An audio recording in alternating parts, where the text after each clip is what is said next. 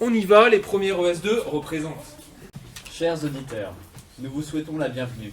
Aujourd'hui, nous allons accueillir de nombreux invités travaillant dans des secteurs d'activité différents.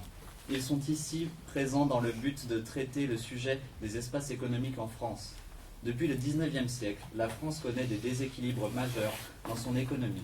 Déséquilibres au niveau des régions et de leurs secteurs d'activité. Des déséquilibres en fonction des milieux urbains et ruraux, et aussi une capitale imposante écrasant les autres villes de France. Nous allons voir à présent quels sont ces espaces. Comment sont-ils aménagés? Où sont-ils situés? Depuis la mondialisation, des changements ont pu être observés et nous allons voir comment tout cela fonctionne. Comment les espaces de l'industrie, de l'agriculture et du tourisme sont-ils mis en valeur? Alors, premièrement, je vais me tourner vers vous, Hugo. Vous allez essayer de nous expliquer pourquoi les métropoles sont les moteurs de l'économie. Les métropoles sont très importantes pour la France car elles structurent le territoire français par les réseaux qui les relient, comme la télécommunication ou les transports à grande vitesse, ainsi que les flux d'échanges provoqués par les activités tertiaires. De plus, les métropoles regroupent les emplois des fonctions métropolitaines. Ce sont des emplois d'un haut niveau de qualification dont le pouvoir décisionnel est important. Les grandes décisions pour la France ou les villes sont donc prises en métropole. Les métropoles concentrent aussi les sièges sociaux des FTN ou les services financiers. Merci beaucoup Hugo. Juliette, pourquoi pouvez-vous nous dire que la France est ouverte sur le monde? Alors la France est depuis longtemps une grande puissance qui continue à jouer un rôle important dans le monde. Sa place, majoritaire dans l'Union européenne qui se construit, peut être une chance pour développer son rayonnement mondial.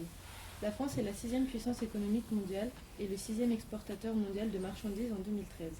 14,3% des Français travaillent dans des entreprises contrôlées par des groupes étrangers. Certaines entreprises françaises figurent parmi les leaders mondiaux, comme L'Oréal dans la cosmétique, ou LVMH dans le luxe, ou encore Carrefour ou le groupe Accor, qui sont des firmes transnationales au cœur d'un rayonnement mondial. Le pays occupe aussi le second rang mondial au niveau de l'industrie agroalimentaire.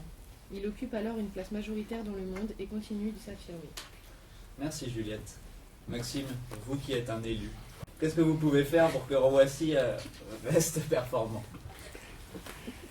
À Roissy, nous accueillons à la fois beaucoup de touristes, d'hommes d'affaires, de fret. Nous ne cessons d'améliorer nos structures afin d'optimiser au mieux le confort de nos passagers. Dans les années à venir, nous allons créer un nouveau terminal qui aura pour but de faire augmenter le nombre de clients. Un centre commercial fait aussi partie de nos projets. Nous avons aussi renforcé la sécurité pour nos passagers. Notre aéroport est le second européen. Merci bien Maxime. Donc maintenant nous allons passer au domaine de l'industrie avec Jules, qui est un jeune entrepreneur. Donc Jules, expliquez-nous pourquoi vous avez choisi de vous installer à Grenoble. Tout d'abord, merci pour l'invitation. Donc, je me présente, je m'appelle Jules Zuckerberg, je suis un jeune investisseur en high-tech et j'ai donc décidé de venir m'installer dans cette métropole tournée vers l'innovation qu'est Grenoble. Car il faut déjà savoir que le site de la Presqu'île, situé dans Grenoble, est un espace dédié à la recherche, puisque beaucoup d'installations destinées à la technologie y sont installées, telles que des laboratoires de recherche en physique, en énergie nouvelle, ainsi qu'en biologie et en médecine s'y trouvent. Une école de technologie, ainsi que les campus Minetech, sont situés sur cette presqu'île. J'ai donc décidé de m'installer à Grenoble car ce foyer de nouvelles technologies, qu'est la presqu'île, est directement mis en relation avec les entreprises alentours, et de plus, Grenoble m'offrait un très beau cadre de vie avec les stations de ski se trouvant à proximité. Merci beaucoup Monsieur Zuckerberg.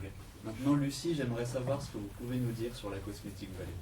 Donc, la Cosmetic Valley est un pôle de compétitivité spécialisé dans la production de parfums et de cosmétiques.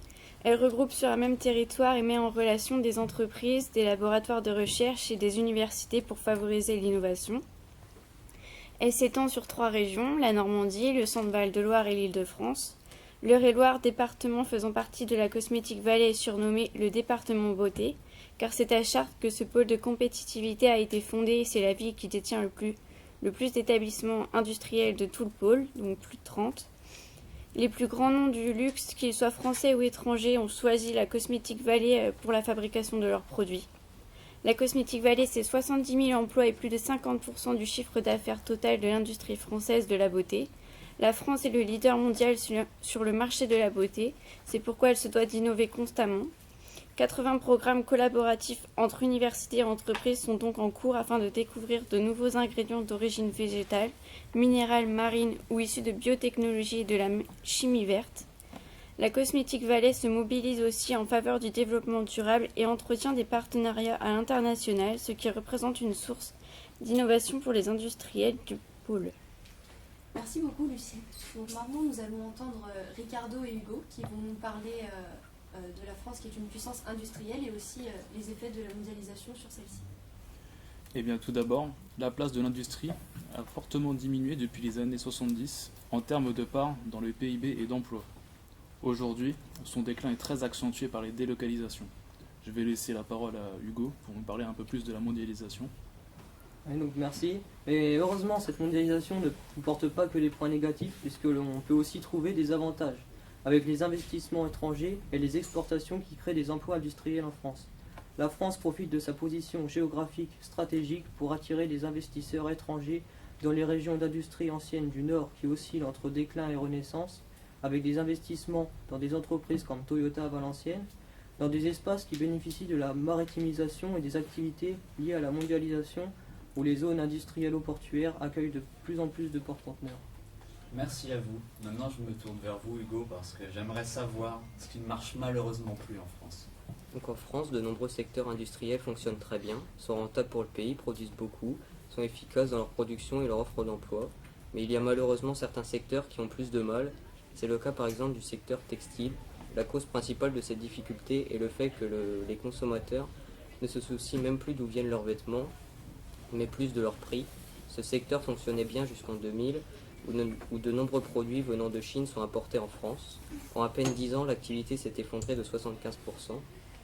Le deuxième secteur touché est le secteur de l'industrie automobile. Les marques françaises telles que Renault délocalisent leur production dans des pays étrangers et ne construisent presque plus en France, mais cela deviendra vite interdit et les productions reviendront sur le territoire français pour continuer à apporter de l'argent au pays. Entre 2011 et 2012, plusieurs dizaines de milliers d'emplois de la filière automobile étaient menacés, ce qui nous prouve encore une fois que ce secteur est bien en crise. Merci beaucoup Hugo. Maintenant nous allons passer au domaine agricole avec Julie. Donc Julie, expliquez-nous quels sont les effets de la mondialisation sur l'agriculture. La France a une grande force, son agriculture dans le monde. La France se situe à la première position de la puissance agricole en Europe avec 18% de produits agricoles et agroalimentaires européens. L'industrie agroalimentaire est un atout pour la France qui l'a fait devenir importante. À l'aide de tous ces éléments, la France est un territoire attractif. En effet, elle se place au deuxième rang avec un investissement étranger en 2013 de 16%. Autre atout de la France pour exporter sa forte production, sa position centrale. La France est une puissance dans l'agriculture. Merci Julie. Nous allons maintenant passer au secteur tertiaire avec Solane qui va nous expliquer pourquoi peut-on parler d'une France tertiaire. Et oui, alors en premier lieu, il faut savoir que ce secteur représente 80% des emplois en France. Il est donc largement devant le primaire et le secondaire, autrement dit l'agriculture et l'industrie. Ces activités offrent des services comme les commerces, les transports, etc. Et il faut aussi noter qu'elles assurent toute croissance de l'emploi dans ce pays qui est le 4e exportateur mondial de services. Les firmes tricolores aux nombreux domaines ont une influence mondiale. Cet atout se concentre dans les métropoles, surtout pour les emplois d'un haut niveau de qualification, et stimule les flux d'échanges, d'autant plus qu'il est déterminant pour la métropolisation. Pour finir, on peut parler d'une France tertiaire, car ce domaine est un moteur du dynamisme des espaces productifs, notamment celui de l'agglomération parisienne et des métropoles régionales. Merci beaucoup Solane. Et nous allons finir avec Joséphine qui est ici dans le but de nous parler du tourisme. Alors tout d'abord, la France est la première destination touristique du monde avec plus de 80 millions de visiteurs par an. 2 millions d'emplois y sont consacrés et cela représente plus de 7% du PIB. Nous disposons d'un vaste espace touristique allant du nord, c'est-à-dire la Manche, aux Alpes, mais également les côtes de la Méditerranée. Les stations balnéaires sur le littoral métropolitain, mais également celui des Drôme, permettent aux vacanciers de bénéficier de loisirs et de logements tout en étant près du patrimoine culturel ou naturel de l'arrière-pays, comme la Provence. Il y a également les stations de sport d'hiver qui animent les espaces montagnards. En France, nous avons aussi le tourisme culturel et de loisirs, comme par exemple la visite du Louvre, mais également le tourisme vert qui concerne les espaces ruraux. La France est la première destination touristique du monde, également grâce à sa capitale, Paris, où plus de 32 millions de touristes l'ont visité en 2013. Bien, merci Joséphine, ce sera tout pour aujourd'hui. Merci de votre écoute. Merci à tous. Donc, on constate qu'en France, il y a de nombreux espaces qui gagnent, des espaces dynamiques. Et c'est bien sûr là-dessus qu'il faudra se baser pour la France du futur. Voilà.